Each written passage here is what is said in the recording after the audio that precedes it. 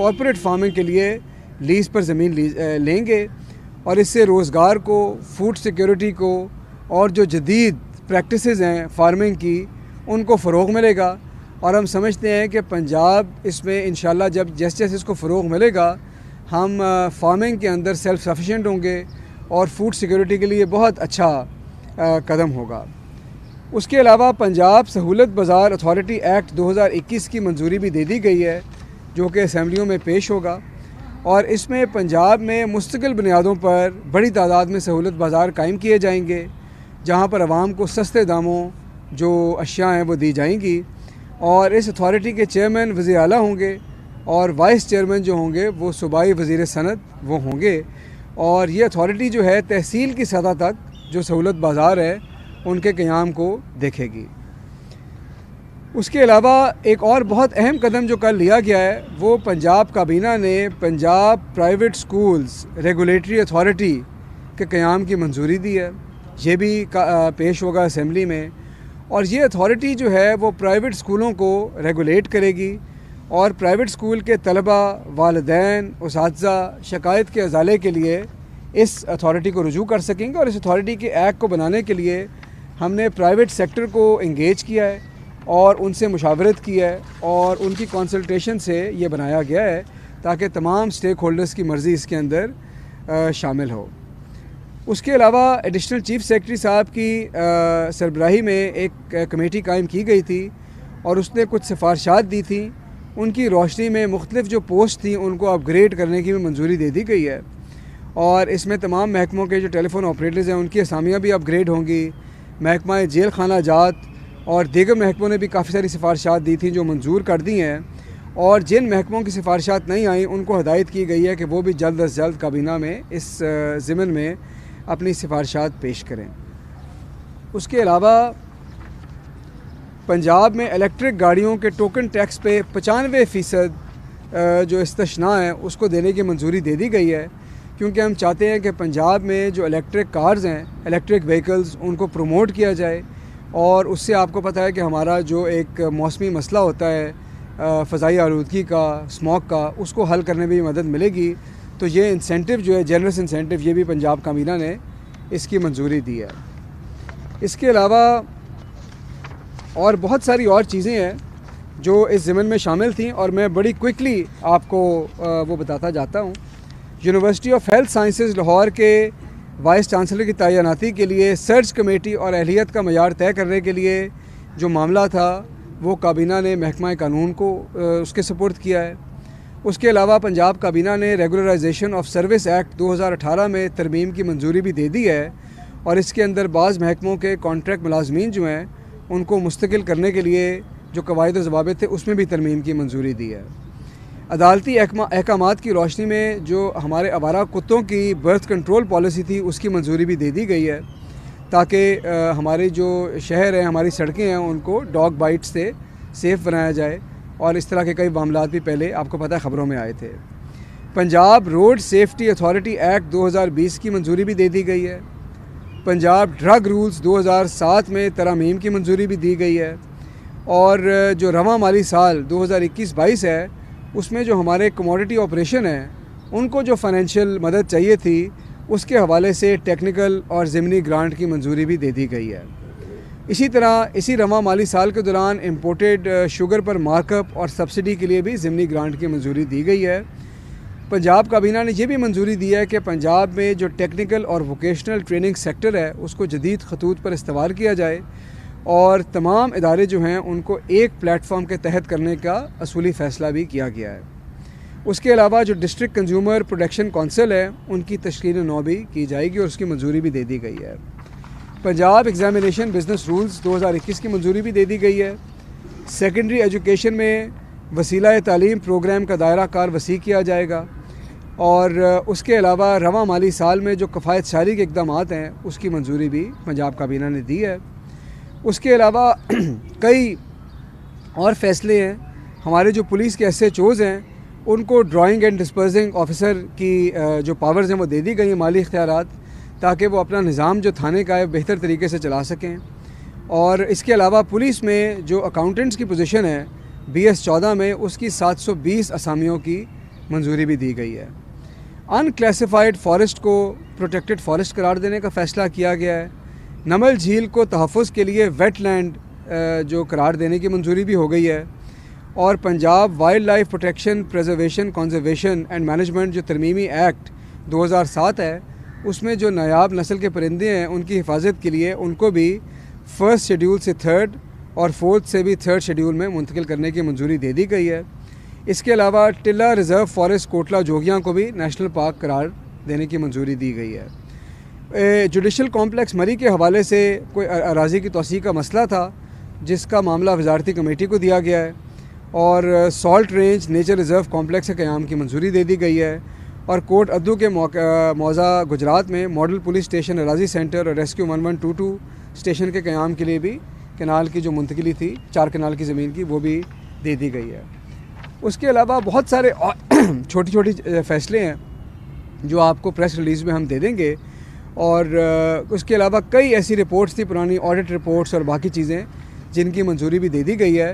یہ بڑا طویل اجلاس تھا، لیکن اس میں جو تمام اہم فیصلے تھے ان سے میں نے آپ کو آگاہ کر دیا. شکریہ. اچھا صاحب، یہ فرمائیے گا کہ کل وزیر اعظم نے بہت بڑے پیکج کا اعلان کیا ہے، عوام کو جیت دے دیا ہے. کیا آپ سمجھتے ہیں کہ اپوزیشن جو اس وقت کی تڑپ ہے وہ عوامی مفاد میں ہے یا کہ ذاتی اقتدار کے لیے وہ ہاتھوں مار رہی ہے؟ کیا وجہ ہے کہ وزیر اعظم نے کل بڑا ایک بڑی سی بیان دیا اور خطاب بھی کیا جس سے عوام کو کسی حد تک ریلیف مل جائے گا؟ دیکھیں، وزیر اعظم پاکستان نے کل ایک تاریخی پیکج کا اعلان کیا ہے، اور اس پیکج کی ٹائمنگ یہ ہے کہ ہمارا یہ خیال تھا کہ جو یہ گلوبل کرائسس آیا ہوا تھا کموڈیٹیز کا، یہ بہت جلد حل ہو جائے گا اور لوگوں کو ریلیف مل جائے گا.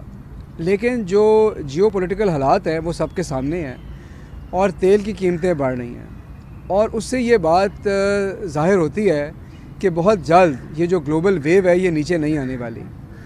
اسی کو مد نظر رکھتے ہوئے حکومت نے یہ فیصلہ کیا کہ فوری طور پر ایسے اقدامات کیے جائیں کہ عوام کو ریلیف ملے. اور یہ فیصلہ کیا گیا کہ نہ صرف پٹرول اور ڈیزل میں 10 روپے کی کمی آئے گی، بلکہ یہ 10 روپے کی کمی نہیں ہے، یہ اگر آپ دیکھیں تو 20 روپے کی کمی ہے، کیونکہ 10 روپے بڑھانے کی سفارش جو تھی وہ موجود تھی اور یہ 20 روپے کی ہٹ لی گئی. اور اس کے بعد اس کو فیوچر کے اندر بھی اس کو سٹاپ کیا گیا کہ بجٹ تک ہم مزید نہیں بڑھائیں گے تاکہ عوام کو ریلیف دیا جائے اور عوام کا جو مشکلات ہیں ان کو ازالہ ہو. بجلی کے جو نرخ ہے اس کو بھی اسی لیے کم کیا گیا ہے. میں ذرا بات پوری کر لوں. اپوزیشن کی جہاں تک آپ نے بات کی ہے، آپ نے یہ دیکھا کہ اپوزیشن نے مہنگائی کے ایشو کے اوپر صرف اور صرف سیاست کی، اور آج تک ان کی طرف سے ایک بھی سجیشن نہیں آئی کہ کیا اقدامات حکومت کو کرنے چاہیے. پہلے بھی جو اقدامات کیے، احساس راشن پروگرام وغیرہ، وہ بھی حکومت نے خود کیے، یہ تاریخ ساز فیصلے بھی کیے. اور اس کے بعد اب یہ بات روز روشن کی طرح عیاں ہو جائے گی کہ جب یہ مارچ چلیں گے تو یہ صرف جو ہے اپنے انٹرسٹ کو سرو کرنے کے لیے، اپنے مفادات کو سرو کرنے کے لیے، انتشار پھیلانے کے لیے، اور اس کے علاوہ اس مارچ کا اب اور کوئی مقصد نہیں بچا. اور ہمارے کپتان نے جو ہے مہنگائی کو بھی اللہ کے فضل سے کلین بولڈ کر دیا. جی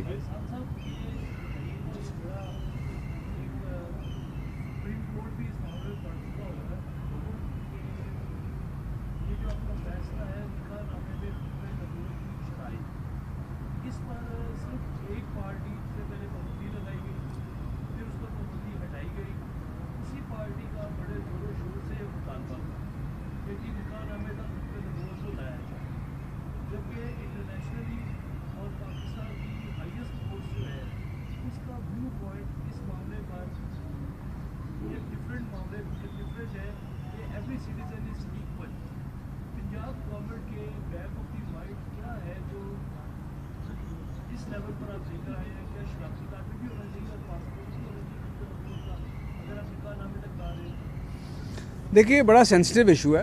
آپ نے 2 باتوں کا حوالہ دیا.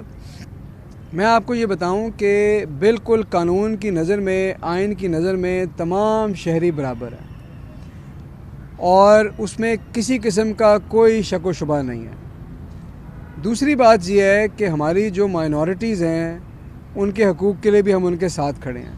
ہمارے جھنڈے کی جو سفید پٹی ہے اس کی لاج بھی ہمیں رکھنی ہے.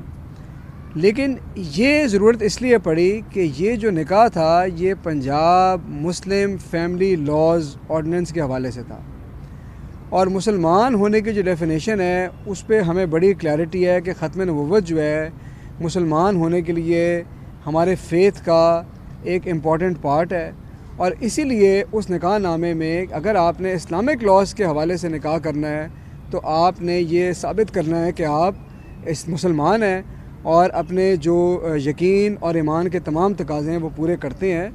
مجھے نہیں لگتا کہ اس میں اور جو بات آپ اقلیتوں کے حوالے سے کر رہے ہیں اس میں کسی قسم کا کوئی کانفلکٹ ہے، وہ اپنی جگہ بات صحیح ہے اور یہ اپنی جگہ بات صحیح ہے۔ یہ بتا دیں پیٹرول پہلے 12 پہ بڑھایا گیا، اسے پھر 10 پہ کم کیا گیا، بجلی کا ریٹ 7 پہ بڑھایا گیا، 4-5 پہ کم کیا گیا۔ عوام یہ جاننا چاہتی ہے کہ آپ نے یہ ریلیف دیا ہے یا پھر پہلے جو مہنگائی کی تھی اسے کم کر کے پھر دوسرا ان کے دلوں میں یہ خوف ہے کہ جتنا ریٹ کم کیا جاتا ہے اگلی دفعہ اگلے مہینے کے شروع میں اس سے ڈبل ریٹ پیٹرول ڈیزل اور بجلی کا بڑھایا جاتا ہے، تو اس میں ریلیف کہاں پر ہے؟ دیکھیں پہلی بات تو یہ ہے کہ ریلیف یہ ہے کہ اس میں وزیر اعظم نے یہ وعدہ کیا ہے کہ اگلے بجٹ تک اب اس کو چینج نہیں کیا جائے گا، اور یہ عوام کے لیے ایک سکھ کا سانس ہے۔ دوسری بات یہ آپ نے کہا کہ پہلے قیمت بڑی تھی، دیکھیں پیٹرول کی جو قیمت ہے یا بجلی کے اندر جو فیول ایڈجسٹمنٹ چارجز ہیں یہ کسی میری اور آپ کی مرضی پہ نہیں بڑھتے، یہ تو امپورٹڈ ایک آئٹم ہے۔ عالمی منڈی میں جب قیمتیں بڑھتی ہیں، آگرہ بھی اسی طرح قیمتیں بڑھانے کا کہتا ہے، تو اگر عالمی منڈی میں 91 سے $100 پہ گئی ہے قیمت تو اوگرا نے سفارش کی کہ 10 روپے قیمت مزید بڑھا دیں۔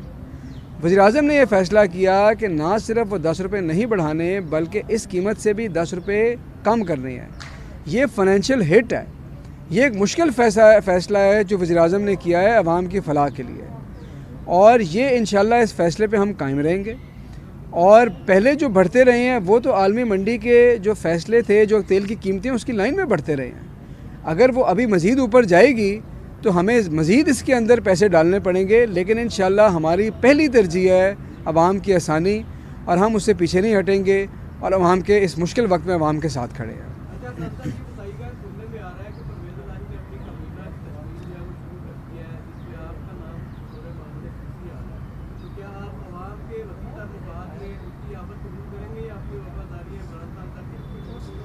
دیکھیں میں عمران خان صاحب کا ایک ورکر ہوں، اور میں پاکستان تحریک انصاف کا ایک ورکر ہوں، اور میری تمام جو وابستگی ہے وہ صرف اور صرف عمران خان صاحب سے اور پاکستان تحریک انصاف سے ہے۔ باقی میں آپ کو یقین دلا دوں کہ یہ حکومت جو ہے انشاءاللہ 2023 تک چلے گی، اور اس طرح کی جو باتیں افواہیں ہیں ان کو آپ زیادہ جگہ نہ دیں اپنے دل میں۔ آپ کا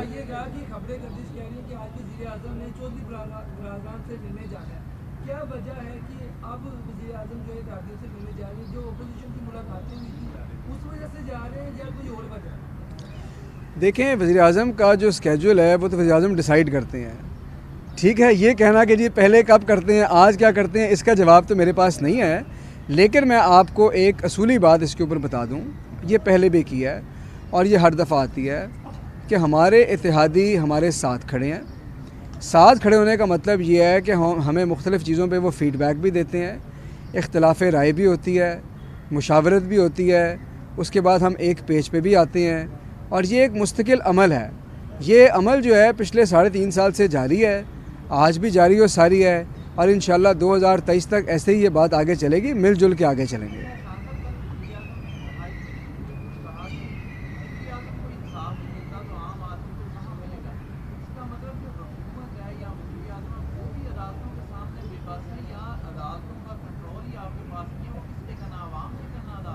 نہیں دیکھیں عدالتوں کا کنٹرول واقعی ہمارے پاس نہیں ہے، عدالتیں اس ملک میں آزاد ہیں، اور یہ اچھی بات ہے کہ اس ملک میں عدالتیں آزاد ہیں اور جوڈیشل انڈیپینڈنس ہے۔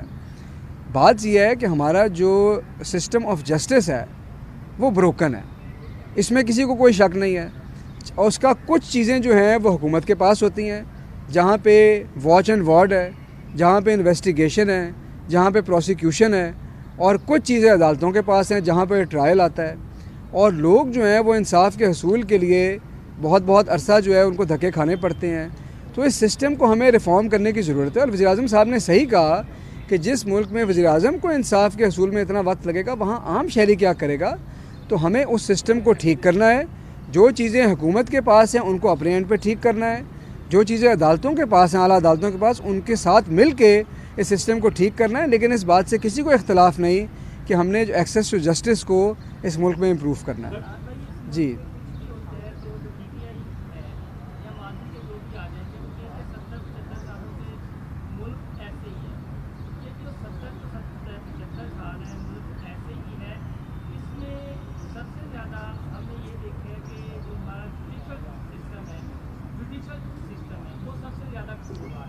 لیکن آپ لوگ بھی کھل کے بات نہیں کرتے. عمران خان صاحب کا جب الیکشن 2013 کا چلایا گیا تھا تب انہوں نے کہا چھوڑنے کی بات کی. آج آپ بھی اس سسٹم کے بینیفیشری ہیں، اس لیے آپ کہتے ہیں عدلیہ آزاد ہے، جبکہ پوری قوم کو یہاں ہے کہ کون سا ادارہ آزاد ہے اور کون سا ادارہ جو ہے وہ کرپشن کے سب میں گوڈے گوڈے اٹکا ہوا ہے. تو کیا کہیں گے کہ کیوں عدلیہ کو آپ اس فیصلہ دے دیتے ہیں؟ اچھا دیکھیں، پہلی بات تو یہ ہے کہ 70-75 سال سے ہمارا ملک ایسے نہیں ہے. قائد اعظم محمد علی جناح ہمیں ایسا ملک نہیں دے کے گئے تھے. انہوں نے تو ہمیں بتایا تھا کہ ملک کو کیسے آگے لے کے جانا ہے. یہ تو پچھلے 30-40 سال کے اندر اللہ کے فضل سے جتنی آپ کی سیاسی جماعتیں آئیں اور حکومتیں آئیں، سب نے اپنی اپنی بساط کے مطابق حصہ ڈالا اس ملک کو پیچھے لے جانے میں، اس ملک میں قرضے چڑھانے پہ، اس ملک کو نیچے لے جانے میں. تو یہ تو اوور دا ایئرز جو ہے یہ حالات جہاں تک پہنچے ہیں. اب بات آ گئی عدلیہ کی. اگر آپ کے ملک میں عدلیہ آزاد ہے تو آپ کو اس پہ فخر کرنا چاہیے. ایک بات. دوسری بات یہ ہے کہ ہمارا، آپ نے جسٹس سسٹم کی بات کی، ہمارا اصل مسئلہ سپیریئر جوڈیشری نہیں ہے، سبارڈینیٹ جوڈیشری ہے. سبارڈینیٹ جوڈیشری وہاں پہ ہے جہاں پہ عام لوگوں کو انصاف کے لیے جانا پڑتا ہے. میں اس کے حوالے سے بات کر رہا ہوں جہاں پہ کیسوں کی پینڈنسی زیادہ ہے، جہاں پہ ڈیٹس لگتی ہیں، جہاں پہ کئی دفعہ جانا پڑتا ہے. سبارڈینیٹ جوڈیشری کے مسائل زیادہ ہیں. سپیریئر جوڈیشری آزاد ہے. اب مسئلہ یہ ہے کہ اس ملک میں جس کو فیصلہ پسند نہیں آتا وہ ان کی آزادی پہ سوال اٹھا دیتا ہے. تو یہ تو آزاد عدلیہ کے فیصلے ایسے ہوں گے، کسی کو اچھے لگیں گے، کسی کو نہیں لگیں گے. کئی دفعہ ہمارے خلاف بھی فیصلے آئیں گے، ہمارے سر آنکھوں پہ ہیں. اور میرے خیال میں پورے قوم کو اسی اصول کو رکھنا چاہیے کہ اعلیٰ عدلیہ کی عزت بھی کرنی چاہیے اور ان کے فیصلوں کو سر آنکھوں پہ رکھنا بھی چاہیے. شکریہ جی، تھینک یو.